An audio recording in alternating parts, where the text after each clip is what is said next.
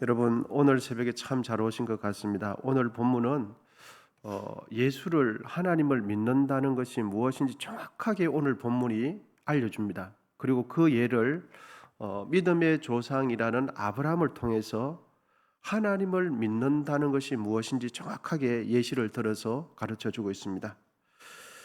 믿음을 통해서 의롭게 된다는 이 진리를 믿음의 조상이라고 알고 있는 불리는 그 아브라함의 경우를 통해서 우리에게 밝히 말해주고 믿음을 가진다는 것이 무엇인지 본문이 강조해 줍니다. 여러분, 아브라함은 하나님 앞에서 무엇으로 의롭다함을 받았습니까? 행입니까? 아니면 믿음입니까? 할례를 받아서 의롭다함을 받았습니까? 아니면 하나님을 믿었기 때문입니까? 그렇죠. 할례를 받았기 때문에 의롭다 받은 거 아니죠. 믿음으로 의롭다함 받고 그 이후에 너는 믿는 사람이다 표시로 할례를 준 거죠. 그래서 아브라함이 하나님 앞에 의롭다함 받은 것은 행위가 아니라 전적으로 하나님을 먼저 믿었기 때문에 의롭다 해주신 것이죠.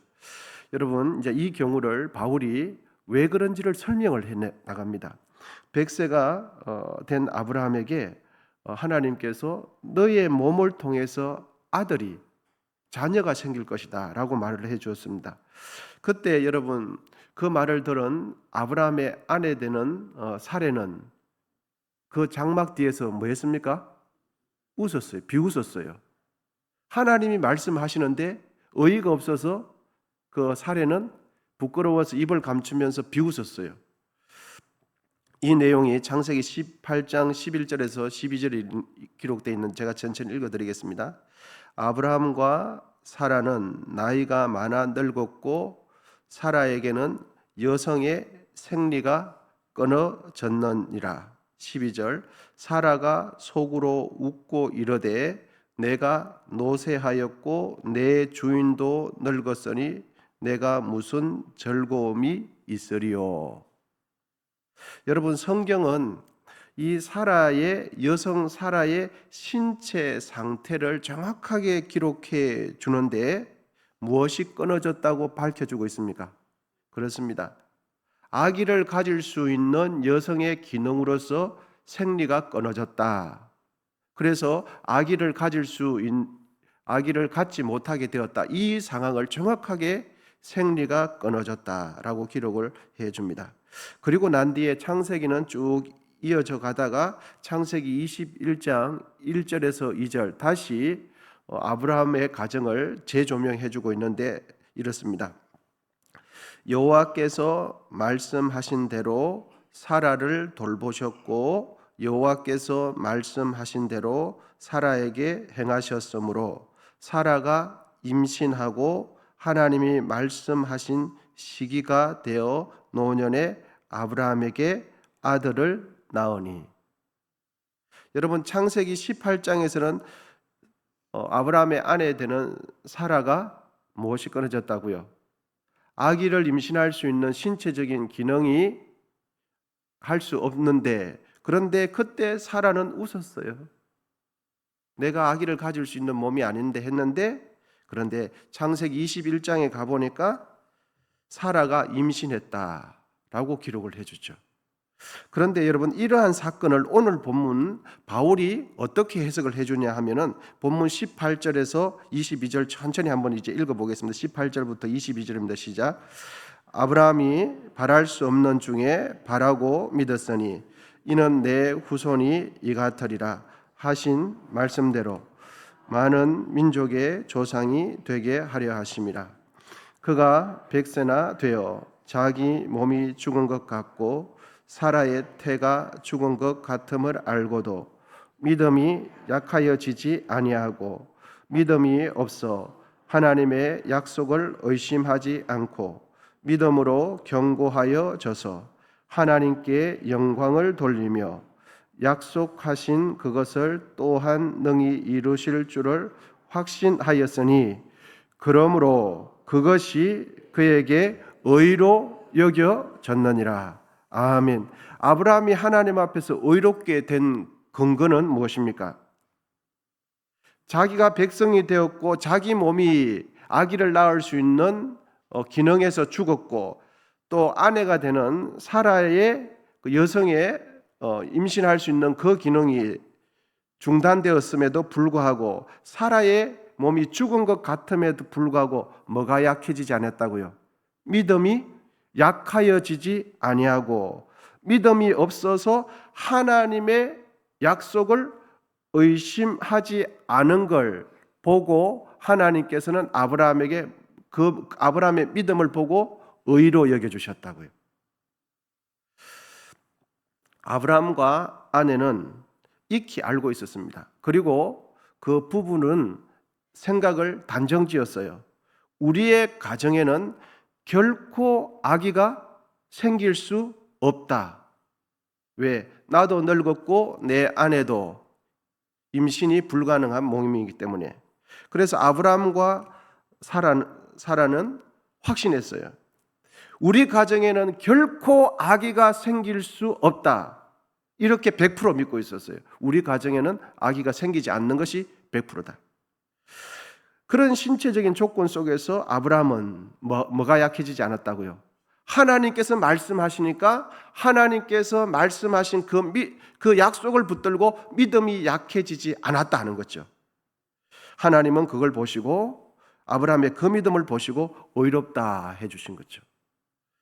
사실 우리들이 하나님의 전능하심을 믿는다고 말은 하지만 막상 우리의 삶의 구체적인 현장에 들어가면 여러분 우리는 어떻습니까? 금전적인 계산 다 해보고 산술적인 계산 다 해보고 경우의 수, 내가 인지할 수 있는 모든 경우의 수 다 열어놓고 다 이렇게 계산해보고 난 뒤에 100% 중에서 예를 들어서 10%, 20% 정도 부족분이 있을 때 최소 70%, 80% 이상 되어서 그렇게 이루어질 확률이 70%, 80% 되었을 때 그때 우리는 어떻게 말을 하냐면 믿음으로 해봅시다.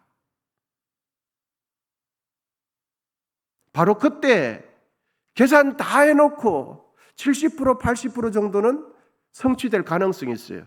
이루어질 가능성이 있어요. 이 일은 성사될 가능성이 있어요. 바로 그때 믿음으로 해봅시다. 이렇게 말하죠. 여러분 바로 그런 상황 속에 믿음으로 해봅시다라는 이 믿음이라는 것은 엄밀하게 이야기하면 하나님을 믿는 것입니까? 아니면 70%, 80%될 가능성을 믿는 겁니까? 하나님을 믿는 거예요? 내가 산술적으로 해놓은 가능성을 믿는 겁니까? 그렇죠. 확률을 믿으면서 하나님을 믿는다고 말을 하는 거죠. 10%, 20%는 불가능성이 있지만 전체적인 큰 흐름 가운데는 가능성이 많아요. 그래 놓고 하나님을 믿는다고 말하죠. 그러면서 하나님을 신뢰하는 것처럼 말해요. 자기의 마음속에는 확률을 믿고 성취될 것을 가능성이 이건 가능하다라고 판단되기 때문에 하나님을 믿는 것처럼 하지만 아니에요. 하나님 믿는 거 아니죠. 확률을 믿는 거예요. 가능성을 믿고. 그러면서 말은 믿음으로 해봅시다. 이렇게 그렇게 말을 하면서 자신도 섰고 다른 사람도 섰는 거예요. 여러분 그거는 믿음으로 하는 게 아니죠. 확률을 믿는 확률을. 이거는 될 가능성이 높아. 이거는 시도해 볼 만해. 인간적으로. 여러분 믿음의 조상이라는 이 아브라함은 그러면은 오늘 본문 속에서 어떤 믿음을 가졌는가 하면 여러분 아브라함은 자기의 가정에 아기가 생길 확률이 1%라도 있습니까? 없습니까? 아브라함의 가정에 아기가 생길 확률은 1%도 없어요.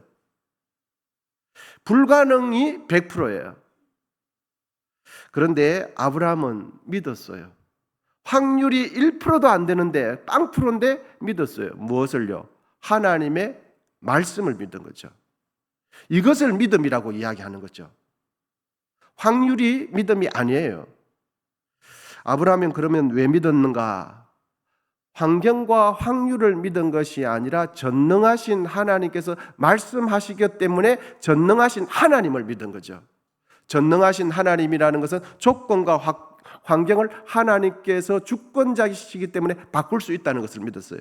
확률이 0%지만 하나님께서 약속하시면 그 0%가 100%가 될 수 있다는 것을 믿은 거죠. 아브라함의 믿음은 단순했습니다. 하나님께서 말씀하시니까 네, 믿습니다. 이거밖에 없어요. 그리고 난 뒤에 아브라함도 사람이지요. 그럼에도 불구하고 인간적으로 이런저런 생각이 왜 계산이 안 됐겠습니까? 그럼에도 불구하고 아브라함은 참 훌륭했던 것은 그런 조건 속에서 무엇이 약해지지 않았습니까? 하나님의 약속을 믿는 믿음이 약해지지 않은 거예요. 아브라함도 이성이 있는 사람 아니겠습니까? 고대의 사람이지만 분명히 이성이 있었을 거예요.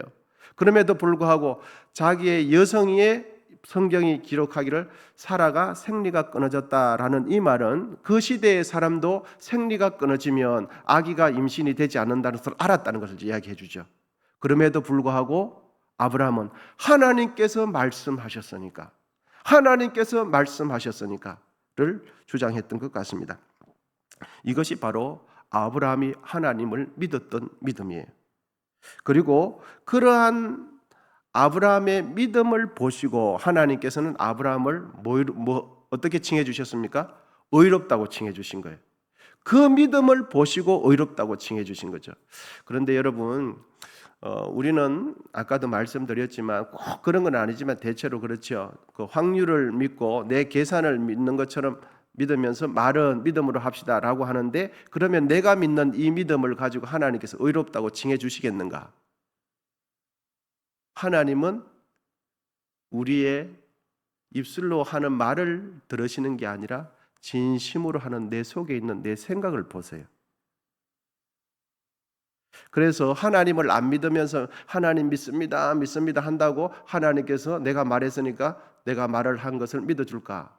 아니, 하나님은 나의 진심을 보셔요. 내 중심을 보셔요. 내가 안 믿는다는 것을 알고 있죠. 여러분, 우리는 어떤 믿음을 붙들고 계십니까? 성공할 확률이 높을 때 하나님을 믿는다고 말씀하십니까? 아니면 성공할 확률이 1%도 되지 않는 상황 가운데서 하나님의 말씀을 붙들고 계십니까? 이것이 믿음이에요.